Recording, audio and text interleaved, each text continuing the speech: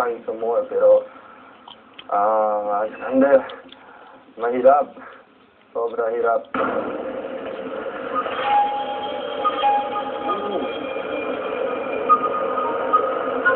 Oh, with the coins you can buy. Sobrang sarap. And noodles, chocolate, because we're so hungry, we saw the things there, and the things we really love, very important personality for us. So, sobrang feeling, I don't know, feel like, I want so much this. May pagkain, may drinks, tapos may precious items. Pero na yun, I'm too hungry to love the precious items. So, I'm happy to see them, but I miss food more than I miss them. So, this is what we can buy so far. Party na tayo! Si Selene, sobrang mabait siya. She doesn't mind na ibigay yung 10 golden coins niya para makakain kami. Pero napag-usapan, sabi ko, we might need it din, hindi natin alam. So yun, nag-isip na lang. And yun, mas inisip namin yung pag-stay namin kaysa yung panandali ang kaligayahan.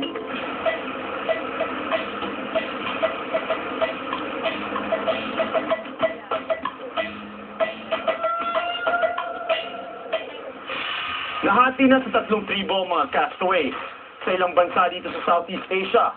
Ang Magan ay isang mythical sea monster.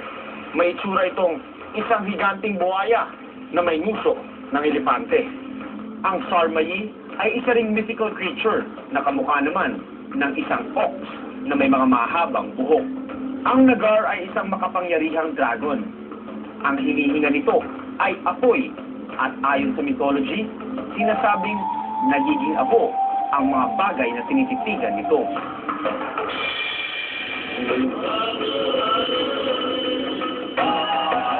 Hey, welcome to Nagar.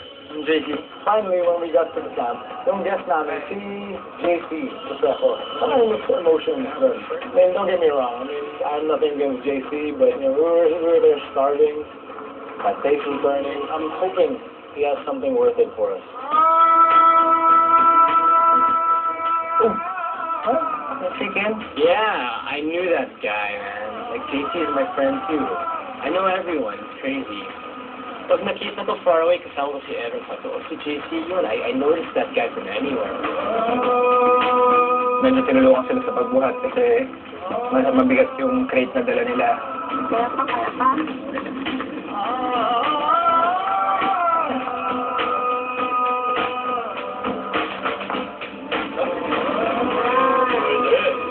May extra materials para magawa tayo ng content.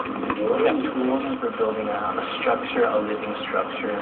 We got mga leaves, like these leaves for the roof. Trying to get at our new camp, you know, I said, let's build it up here because it's higher than everything else. And my original design from the first camp, you know, I wanted to do at this camp. And nobody had a problem with it. Flat. Shelter agad yung ginawa namin kasi magdidilim na eh. Tapos si Moy yung gumagawa ng apoy. Nakita ko na tinatry ni Moy